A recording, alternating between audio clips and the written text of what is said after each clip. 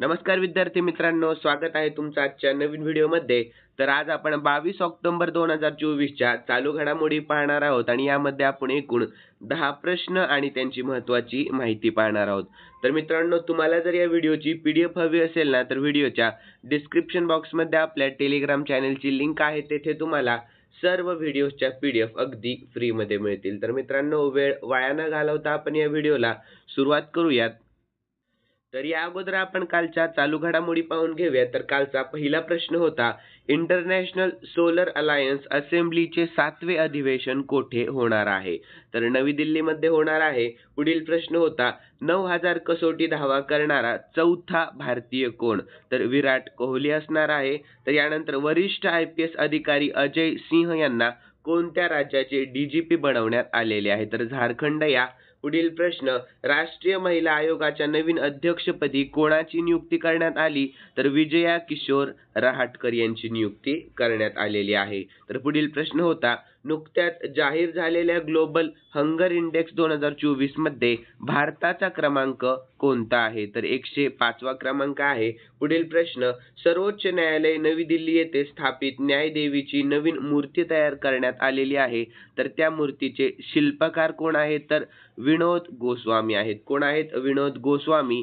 तर दिल्ली कॅपिटल्स आणि Pretoria Capitals सारख्या संघाची देखरेख करणाऱ्या JSW स्पोर्ट्समध्ये क्रिकेट संचालक म्हणून कोणाची नियुक्ती करण्यात आली? तर सौरभ गांगुली यांची नियुक्ती करण्यात आलेली आहे. तर पुढील प्रश्न, महर्षी वाल्मिकी जयंतीनिमित्त कोणत्या राज्यातील सर्व निवासी शाळांचे महर्षी वाल्मिकी निवासी शाळा असे नामकरण करण्यात आले? तर कर्नाटक या. जोहान्सबर्ग येथे जागतिक मानवतावादी कार्यासाठी 2024 कॉन्शियस कंपनी अवॉर्ड्समध्ये कोणाला सन्मानित करण्यात आले? तर मोहन जी यांना सन्मानित करण्यात आलेले आहे. आणि शेवटचा प्रश्न होता, नुकतेच महिला T20 विश्वचषक 2024 चे विजेतेपद कोणी जिंकले? तर न्यूझीलंडने जिंकलेले आहे. यानंतर मित्रांनो, आपण आजच्या चालू घडामोडी पाहून घेऊया. तर आजचा पहिला प्रश्न असणार आहे, इंडोनेशियाचे 8वे राष्ट्रपती कोण बनलेले आहेत? तर याचे योग्य उत्तर आहे ऑप्शन बी, प्रोबोवो सुबियांतो बनलेले आहेत. लक्षात ठेवा. तर याविषयी महत्त्वाची माहिती पाहून घेऊया. तर इंडोनेशियाचे 8वे राष्ट्रपती प्रोबोवो सुबियांतो जोको विडोडो यांच्यानंतर त्यांचा 2 टर्म 10 वर्षांचा कार्यकाळ संपला. तर इंडोनेशियाच्या राष्ट्रपतींचा कार्यकाळ 5 वर्षांचा असतो आणि एखादी व्यक्ती फक्त 2 टर्म सेवा देऊ शकते. जिब्राम राकाबुमिंग राका ज्यांनी इंडोनेशियाचे उपराष्ट्रपती म्हणून शपथ घेतली, तर जोको विडोडो यांचा मुलगा आहे. तर इंडोनेशियाच्या उपराष्ट्रपतींचा कार्यकाळ 5 वर्षांचा असतो. यानंतर आपण इंडोनेशियाविषयी शॉर्टमध्ये महत्त्वाची माहिती पाहूयात. राजधानी आहे जकार्ता, चलन आहे रुपये आणि सध्याचे राष्ट्रपती प्रबोवो सुबियांतो आहेत. यानंतर मित्रांनो, पुढील दुसरा प्रश्न पाहूया. तर कसोटी क्रिकेटमध्ये सर्वात कमी चेंडूत 300 विकेट घेणारा गोलंदाज कोण बनलेला आहे? तर याचे योग्य उत्तर आहे ऑप्शन ए, कागिसो रबाडा. कोण आहे? तर कागिसो रबाडा. तर याविषयी महत्त्वाची माहिती पाहूयात. तर दक्षिण आफ्रिकेचा वेगवान गोलंदाज कागिसो रबाडाने कसोटी क्रिकेटमध्ये सर्वात कमी चेंडूत 300 बळी घेणारा गोलंदाज म्हणून इतिहास रचलेला आहे. तर जेव्हा कागिसो रबाडाने त्याचा 300वा कसोटी विकेट घेतला, तेव्हा त्याने 11,817 चेंडू टाकले होते. तर यापूर्वी हा विक्रम पाकिस्तानच्या वकार युनुसच्या नावावर होता. तर त्याने 12,602 चेंडूत ही कामगिरी केलेली आहे. तर यानंतर पुढील प्रश्न आहे तिसरा. तर इंडियन चेंबर्स ऑफ कॉमर्सचे नवे अध्यक्ष म्हणून कोणाची नियुक्ती करण्यात आलेली आहे? तर याचे योग्य उत्तर राहील ऑप्शन डी, अभ्युदय जिंदल यांची. कोणाची? तर अभ्युदय जिंदल यांची. तर याविषयी महत्त्वाची माहिती पाहू. तर national trade association Indian chambers of commerce ICC चे नवे अध्यक्ष म्हणून अभ्युदय जिंदाल यांची नियुक्ती करण्यात आलेली आहे. तर यानंतर पुढील प्रश्न चौथा. तर मिशन वसुंधरा 3.0 कोणत्या राज्यात सुरू करण्यात आलेले आहे? तर याचे योग्य उत्तर राहील मित्रांनो ऑप्शन बी, आसाम या राज्यामध्ये. कोणत्या राज्यामध्ये? आसाम या. तर याविषयी महत्त्वाची माहिती पाहूया. तर आसामचे मुख्यमंत्री हिमंता बिस्वा शर्मा यांनी गुवाहाटी येथे मिशन वसुंधरा 3.0 लॉन्च केलेले आहे. तर आसाम सरकारने 2021 मध्ये मिशन वसुंधरा सुरू केले होते. तर ज्यामध्ये आदिवासी समुदायांना जमिनीचे हक्क देण्याचा निर्णय घेण्यात आलेला होता, जे स्वातंत्र्याच्या 75 वर्षानंतर उचललेले पाहिले पाऊल होते. यानंतर मित्रांनो पुढील 5वा प्रश्न आहे. तर पंतप्रधान मोदींनी कोणत्या शहरात आर.जे. शंकरा नेत्र रुग्णालयाचे उद्घाटन केले? तर याचे योग्य उत्तर राहील ऑप्शन सी, वाराणसी या शहरामध्ये. कोणत्या शहरामध्ये? वाराणसी या. तर यानंतर आपण आर.जे. शंकरा नेत्र रुग्णालयाविषयी महत्त्वाची माहिती पाहूया. तर पंतप्रधान नरेंद्र मोदी यांनी वाराणसीमध्ये आर.जे. शंकरा नेत्र रुग्णालयाचे उद्घाटन केले, जे डोळ्यांची काळजी घेण्याच्या क्षेत्रात विशेष सेवा प्रदान करेल.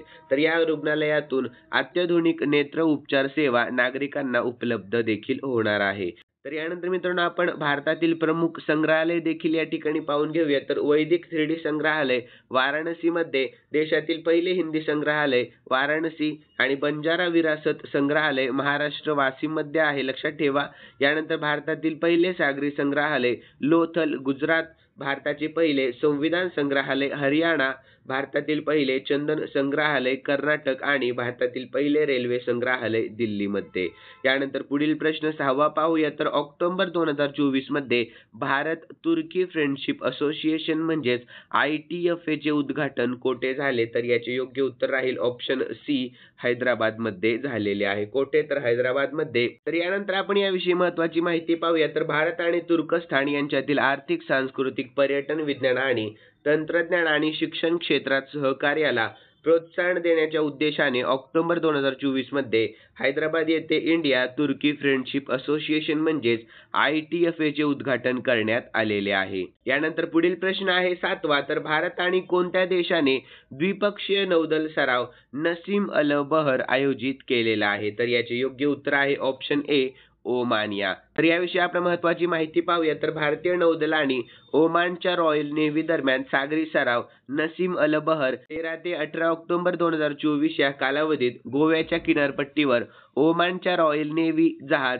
अल सीबसोबत आयोजित करण्यात आलेला आहे. तर या सरावात INS त्रिकंड आणि डॉर्नियर सागरी गस्ती विमाने सहभागी झालेली होती. यानंतर आपण ओमानविषयी शॉर्टमध्ये महत्त्वाची माहिती पाहूयात मित्रांनो. राजधानी आहे मस्कत आणि चलन आहे ओमानी रियाल आणि सुलतान आहेत हैमत बिन तारिक. यानंतर पुढील प्रश्न आहे 8वा. तर कटी बिहू महोत्सव कोठे आयोजित केला जातो? तर याचे योग्य उत्तर आहे ऑप्शन सी, आसाममध्ये कटी बिहू महोत्सव साजरा केला जातो. तर याविषयी आपण महत्त्वाची माहिती पाहूयात. तर कटी बिहू किंवा कोंगाली बिहू हा आसामी दिनदर्शिकेनुसार कटी महिन्याच्या पहिल्या दिवशी साजरा केला जातो, म्हणजेच हा सण ऑक्टोबरच्या मध्यात येत असतो. तर हा सण भाताची रोपे हलवण्याच्या वेळी साजरा केला जात असतो. तर आसामविषयी आपण शॉर्टमध्ये महत्त्वाची माहिती पाहून घेऊया. तर आसामची राजधानी आहे दिसपूर, सध्याचे मुख्यमंत्री आहेत हिमंता बिस्वा शर्मा आणि सध्याचे राज्यपाल गुलाबचंद कटारिया आहेत. कोण आहेत? गुलाबचंद कटारिया. यानंतर आपण पुढील 9वा प्रश्न पाहूया. तर अलीकडेच महिला T20 विश्वचषक 2024 चे विजेतेपद कोणी जिंकले? तर मित्रांनो आपण हा प्रश्न काल देखील पाहिला होता, पण आज या प्रश्नाच्या आपण डिटेलमध्ये महत्त्वाची माहिती देण्याचा प्रयत्न केलेला आहे. तर याचे योग्य उत्तर राहील ऑप्शन बी, न्यूझीलंड. लक्षात ठेवा काय आहे? तर न्यूझीलंड. तर याविषयी आपण महत्त्वाची माहिती देखील पाहून घेऊया. तर न्यूझीलंड महिला क्रिकेट संघाने 20 ऑक्टोबर 2024 रोजी दुबई आंतरराष्ट्रीय क्रिकेट स्टेडियमवर खेळल्या गेलेल्या अंतिम सामन्यात दक्षिण आफ्रिकेचा पराभव करून पहिला T20 विश्वचषक जिंकलेला आहे. तर या विश्वचषकातील 10 संघ भारत, पाकिस्तान, ऑस्ट्रेलिया, न्यूझीलंड, श्रीलंका, बांगलादेश आणि इत्यादी होते. तर 2009 मध्ये इंग्लंडमध्ये झालेल्या पहिल्या महिला T20 विश्वचषक स्पर्धेत आफ्रिका, इंग्लंड, वेस्ट इंडिज आणि स्कॉटलंड यांनी भाग घेतला होता. तर 8 संघांनी भाग घेतला होता, जो इंग्लंडने जिंकलेला होता. तर यानंतर दुसऱ्या आवृत्तीपासून विश्वचषक दर 2 वर्षांनी आयोजित केला जातो. तर 2014 मधील चौथ्या आवृत्तीपासून विश्वचषक स्पर्धेत सहभागी होणाऱ्या संघांची संख्या 10 झालेली आहे. यानंतर 6 विजेतेपदे जिंकणारा ऑस्ट्रेलिया सर्वात यशस्वी संघ बनलेला आहे, लक्षात ठेवा.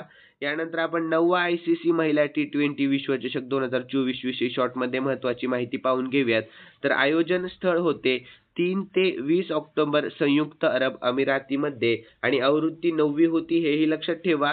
यानंतर विजेता न्यूझीलंड आहे. पहिले विजेतेपद आहे मित्रांनो. यानंतर उपविजेता दक्षिण आफ्रिका आणि प्लेयर ऑफ दी सीरीज आणि player of the match Amelia Kerr New Zealand. यानंतर सर्वाधिक धावा लोरा बोलवत आहे आणि सर्वाधिक विकेट अमेलिया केर आणि पहिली आवृत्ती 2009 मध्ये विजेता होता इंग्लंड आणि सर्वात यशस्वी संघ आहे ऑस्ट्रेलिया.